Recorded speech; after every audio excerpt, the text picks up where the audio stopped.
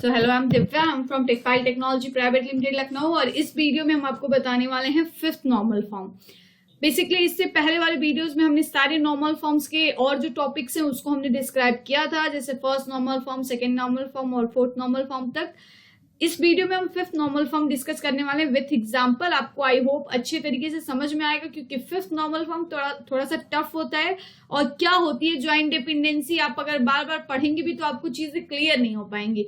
इस वजह से आप इस वीडियो को इन तक देखें, आपको प्रॉपर चीजें समझ में आएंगे। और आपको अगर एग्जाम्स वगैरह के पर्पज से भी आप देख रहे हैं तो वहां पे आपको एक एग्जाम्पल मिल जाएगा जो आपको याद हो सकता है इजिली, और आप उसको लिख सकते हैं। सबसे फर्स्ट तो हम बाकी सारे नॉर्मल फॉर्म्स का एक ओवरव्यू देख लेते हैं कि क्या होता है।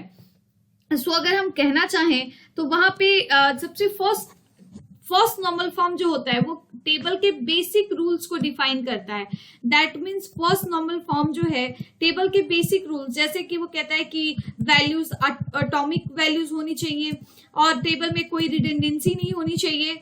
इस तरीके के जो रूल्स होते हैं उसको फर्स्ट नॉर्मल फॉर्म डिफाइन करता है। सेकेंड नॉर्मल फॉर्म जो होता है वो डिफाइन करता है किस चीज को, वो कहता है कि टेबल में कोई भी पार्शियल डिपेंडेंसी नहीं होनी चाहिए। पार्शियल डिपेंडेंसी क्या होती है, ये सारी चीजें मैं पहले से डिस्कस कर चुकी हूँ वीडियो सीरीज में। इस वीडियो के डिस्क्रिप्शन बॉक्स से आपको सारे वीडियोस के लिंक्स मिल जाएंगे। थर्ड नॉर्मल फॉर्म जो होता है वो कहता है कि टेबल में कोई ट्रांजिटिव डिपेंडेंसी नहीं होनी चाहिए। सो नो ट्रांजिटिव डिपेंडेंसी अगर किसी टेबल में है तो इसका मतलब है कि वो टेबल थर्ड नॉर्मल फॉर्म में होगा।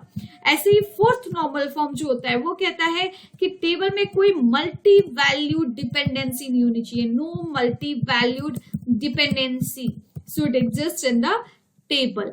तो अगर ऐसा कुछ है तो इसका मतलब आपका टेबल फोर्थ नॉर्मल फॉर्म में है। और साथ ही साथ ये टेबल्स बाकी अपने अपर वाले जो नॉर्मल फॉर्म से उनके रूल्स को भी फॉलो करता है। जैसे अगर थर्ड नॉर्मल फॉर्म में है तो ये कहेगा कि firstly it should be in second normal form. अगर आप फोर्थ नॉर्मल फॉर्म देखने जाओगे तो वो कहेगा कि firstly it should be in third normal form. इस तरीके से नॉर्मल फॉर्म चलते हैं। अगर हम फिफ्थ नॉर्मल फॉर्म को देखें, यहां भी आपको सबसे पहले तो रूल ये मिलेगा कि table should be in fourth normal form. Fourth normal form तक के सारे रूल्स को फॉलो करना चाहिए। उतने रूल्स को देख देख के आप टेबल को मॉडिफाई कर लो। उसके बाद जो टेबल आया उसमें अब आपको फाइनली चेक करना है कि फिफ्थ नॉर्मल फॉर्म में ये टेबल है कि नहीं। और उसके बाद आपका ये जो टेबल होगा वो नॉर्मल फॉर्म में होगा, बहुत छोटा टेबल होगा और कॉम्प्लेक्स नहीं होगा। जब भी आप विदाउट नॉर्मलाइजेशन अगर टेबल बनाते हैं तो बहुत कॉम्प्लेक्स होता है, बाद में बहुत दिक्कत आती है। जब बड़े डेटा आप उसमें स्टोर कर देंगे तो बहुत दिक्कत आती है डेटा को स्टोर करने में या फिर उसको गेट करने में, जैसा आपने एनॉमली सबसे पहले लेक्चर में बताया था। तो फिफ्थ नॉर्मल फॉर्म का जो है वो रूल क्या है, ये कहते हैं कि it should not have joint dependency. आप देखिए ज्वाइंट डिपेंडेंसी आपने रूल तो देख लिया, बट अगर आप ज्वाइंट डिपेंडेंसी का डिफिनीशन देखने जाएंगे तो बहुत कंफ्यूजिंग है। आप देखते रह जाएंगे, पढ़ेंगे बार बार, वो आपको समझ नहीं आएंगी, चीजें क्लियर नहीं हो पाएंगी। क्लियर कैसे हो पाएगी, यहाँ पे मैंने एक छोटा सा एक लाइन का डिफिनीशन लिखा है कि decompose the relation till it cannot be further non-loss decomposed। decomposition का मतलब देखिए क्या होता है। decomposition का मतलब होता है break the table into small relations, break a big relation into some small relations। ठीक है, कोई टेबल है जिसमें आपने एक रिलेशन बना के डेटा को स्टोर कर रखा है, तो आप क्या कीजिए उन रिलेशन में से छोटी छोटी चीजों को लेके अलग अलग रिलेशन बनाइए। ठीक है, उसके अलग अलग रिलेशन का मतलब अलग अलग टेबल बनाइए। और उसके बाद आप उस टेबल में जो आपने उसको ब्रेक किया है आप उसको ज्वाइन करिए। जो ब्रेक किया है टेबल आपने 2 पार्ट में, 3 पार्ट में, 4 पार्ट में, उसको फिर से जोड़ के देखिए कि क्या जोड़ने के बाद जो हमारा एक्चुअल टेबल था वो रिजल्ट हमें मिल पा रहा है कि कोई डेटा मिस तो नहीं हो जा रहा है, कोई डेटा डिलीट तो नहीं हो जा रहा है, कोई एक्स्ट्रा ऐड तो नहीं हो जा रहा है। तो अगर ऐसा है तो इसका मतलब यह है कि आपका जो टेबल है वो सही है, फिफ्थ नॉर्मल फॉर्म में है। आपने जो ब्रेक किया वो ज्वाइंट डिपेंडेंसी उसमें नहीं है। तो उस टाइम पे हम क्या करेंगे कि यहाँ पे हमने एक एग्जांपल ले रखा है ताकि आपको प्रॉपर चीजें समझ में आए। अब आप इस टेबल में अगर एक चीज आप ध्यान दें तो यहाँ पे एक ये कॉन्सेप्ट आपको मिलेगा कि सब्जेक्ट, प्रोफेसर और सेमेस्टर, इसका हमने एक रिलेशन बनाया हुआ है। अब आप देखिए कि इस टेबल में जो सब्जेक्ट है एक सब्जेक्ट 2 बार आया है, मतलब सब्जेक्ट प्राइमरी की नहीं है। आप देख सकते हैं डीएसए 2 बार आया है, सब्जेक्ट भी प्राइमरी की नहीं है। प्रोफेसर में भी 2 बार आया है, ये देखिए, तो यहाँ पे भी ये प्राइमरी की नहीं है। और सेमेस्टर भी 2 बार आया, मतलब ये भी प्राइमरी की नहीं है। लेकिन ये तीनों कॉलम मिल के प्राइमरी की हैं, जिसको हम कैंडिडेट की कहते हैं। जैसे जावा, अमित और 5, ऐसा कोई और रो नहीं है इसमें जहां पे जावा, अमित और 5 ही हो, ठीक है। डीएसए नेहा 3, तो आप देख सकते हैं कि डीएसए नेहा 3 है और यहाँ पे डीएसए सुमित 3 है, तो एक कॉलम बदल गया ना। इस तरीके से ये तीनों कॉलम मिलके टेबल को यूनिकली आइडेंटिफाई कर रहे हैं। इसका मतलब ये कि इसमें कैंडिडेट की है, कौन सी कैंडिडेट की, सब्जेक्ट, प्रोफेसर, सेमेस्टर मिलके। लेकिन यहाँ पे आप एक दिक्कत समझिए, मान लीजिए आपके पास सिर्फ एक सेमेस्टर आया, हमें 7वां सेमेस्टर इंशर्ट कराना है, हमें सब्जेक्ट नहीं पता है कि क्या सब्जेक्ट है, और हमें प्रोफेसर नहीं पता है कि क्या कौन से प्रोफेसर को ये असाइन किया गया सब्जेक्ट, लेकिन हमें सेमेस्टर असाइन करना है। उस टाइम पे आप कैसे असाइन करेंगे? उस टाइम पे आप असाइन करेंगे नल, फिर आप प्रोफेसर में भी असाइन करेंगे नल, क्योंकि कोई वैल्यू नहीं है तो नल वैल्यू ही जाती है, और सेमेस्टर में आप इंशर्ट करेंगे 7वां। इस तरीके से ये टेबल आपका गलत हो जाएगा।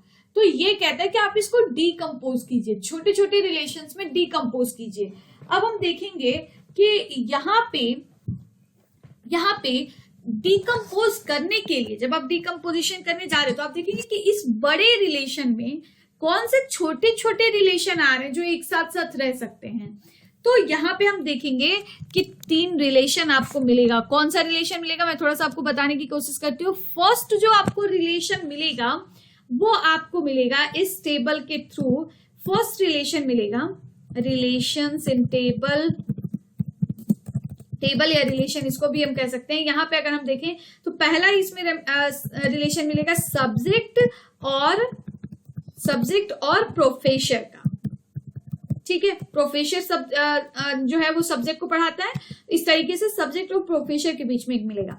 एक प्रोफेसर जो है वो सेमेस्टर को असाइन किया गया है कि ये प्रोफेसर इस सेमेस्टर को पढ़ाएंगे, तो इस टाइप से एक प्रोफेसर और सेमेस्टर का भी रिलेशन आपस में मिलता है। और एक रिलेशन मिलेगा सब्जेक्ट और सेमेस्टर का कि ये वाला जो सब्जेक्ट है वो इस सेमेस्टर का है, तो सब्जेक्ट और सेमेस्टर, ये 3 रिलेशन आपको मिल गए।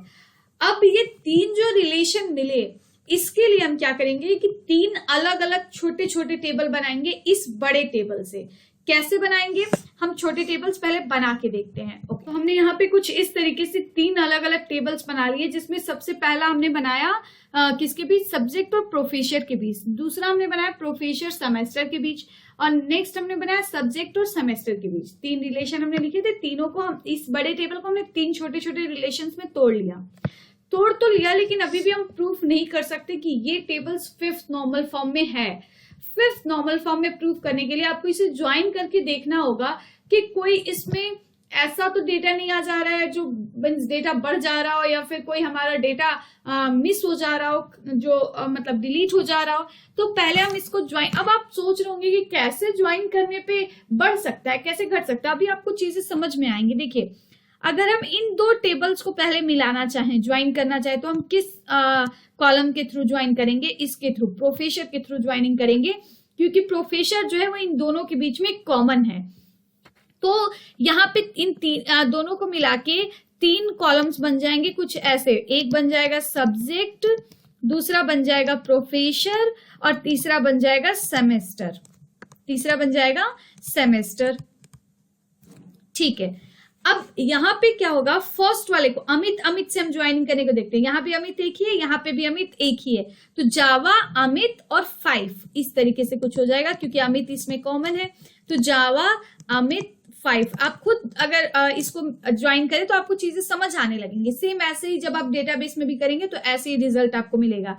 अब देखिए, यहाँ पे आशा, अगर हम देखें तो यहाँ पे आशा एक बार, यहाँ इस रो में एक बार आया, लेकिन यहाँ पे 2 बार आया। अब आप ये नहीं कह सकते कि यहाँ भी तो 2 बार आया है, लेकिन यहाँ पे डीबीएमएस के साथ आया है, और यहाँ भी हम सी के साथ वाले आशा की बात कर रहे हैं, तो सी के साथ वाले आशा को भी एक बार इससे ज्वाइनिंग करनी होगी और दूसरी बार इससे ज्वाइनिंग करनी होगी। इसका मतलब यहाँ 2 कॉलम बन जाएंगे, सी आशा 3, फिर सी आशा 5। तो यहाँ पे बन जाएगा सी आशा 3, फिर बन जाएगा C आशा 5। नेक्स्ट अब हम डीबीएमएस वाले कॉलम को देखेंगे तो फिर से इसमें आशा आया, तो आशा इस यहाँ पे 2 बार आया, तो एक बार यहाँ से एक बार यहाँ से 2 बार ज्वाइनिंग करनी होगी, तो डीबीएमएस आशा 3 फिर डीबीएमएस आशा 5, इस तरीके से ये ज्वाइनिंग होगी। डीबीएमएस आशा 3 डीबीएम, ऐसे ही जगहों पे बस आपको ध्यान देने की जरूरत है, बाकी तो आपको चीजें समझ आ जाएंगी। आशा 5, फिर नेक्स्ट अब हम देखेंगे डीएसए नेहा, तो यहाँ इस वाले में नेहा एक ही बार आया है, इस वजह से ये एक ही बार जुड़ेगा। डीएसए नेहा 3, तो DSA data structure and Neha professor है एंड 3। नेक्स्ट हम देखेंगे तो डीएसए सुमित 3, तो डीएसए सुमित और डीएसए सुमित 3, इस तरीके से ये हमारा नया टेबल बना। अब आप देखिए ये जो नया टेबल बना है इसमें कुछ रोज एक्स्ट्रा आ गए हैं। अगर आप देखिए तो यहाँ पे डीबीएमएस आशा 5, डीबीएमएस आशा 3 नाम का तो कोई कॉलम इसमें है ही नहीं, जो हमारा एक्चुअल टेबल है। अभी मैं इसकी बात कर रही हूँ, जो हमारा एक्चुअल टेबल है यहाँ पे डीबीएमएस आशा 3 नाम का कोई कॉलम नहीं, मतलब ये वाला जो रो है ये एक्स्ट्रा आ गया है। और साथ ही साथ यहाँ पे अगर आप देखेंगे तो सी आशा 3 है, सी आशा 5 नाम का इसमें कोई कॉलम नहीं है, तो ये वाला भी एक रो एक्स्ट्रा आ गया है। तो आपने देखा कि ज्वाइनिंग करते वक्त क्या हुआ कि रो एक्स्ट्रा हो गया, लेकिन अभी हमारा ज्वाइनिंग पूरा नहीं हुआ है क्योंकि हमें इस वाले टेबल को भी तो ज्वाइन करना है। तो जब हम फाइनली इन दोनों को ज्वाइन करेंगे तो ये दोनों किससे ज्वाइन होंगे, ये दोनों इन दोनों टेबल के बीच में जो कॉमन है वो है सेमेस्टर, वो है सेमेस्टर। तो यहाँ पे सेमेस्टर हम देखेंगे पहले 5, तो यहाँ पे हम देखेंगे अमित 5 जावा, तो अमित 5 जावा ये वाला जो है ये सही हो गया। फिर आशा 3 और यहाँ पे भी 3 है, तो आशा 3C, तो 3C और आशा ये वाला भी सही हो गया। नेक्स्ट आशा 5, यहाँ पे 5, तो 5 से फिर से ज्वाइनिंग होगी, तो ये रहा 5, ठीक है। तो 5 से ज्वाइनिंग होगी तो यहाँ पे आ जाएगा आशा और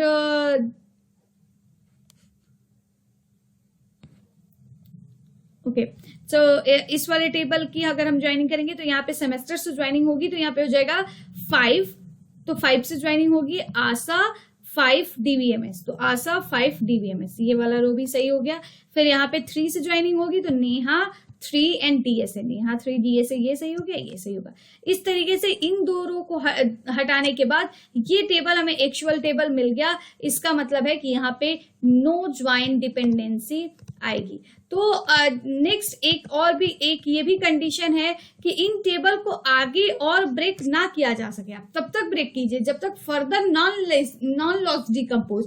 तो इस तरीके से ये टेबल जो होंगे वो आगे डिकम्पोज भी नहीं किए जा सकते। और यहाँ पे हमने देखा कि टेबल को ऐड करने के बाद हमें एक्चुअल टेबल भी मिल जा रही है। सो इस तरीके से ये टेबल जो होगा 5th नॉर्मल फॉर्म में होगा। फाइनली ये टेबल का सबसे छोटा रूप होगा, सबसे नॉर्मल फॉर्म होगा। सो आई होप आपको ये समझ आया होगा। चीजें आपको समझ आती है प्लीज चैनल को लाइक एंड सब्सक्राइब करें। Thank you so much.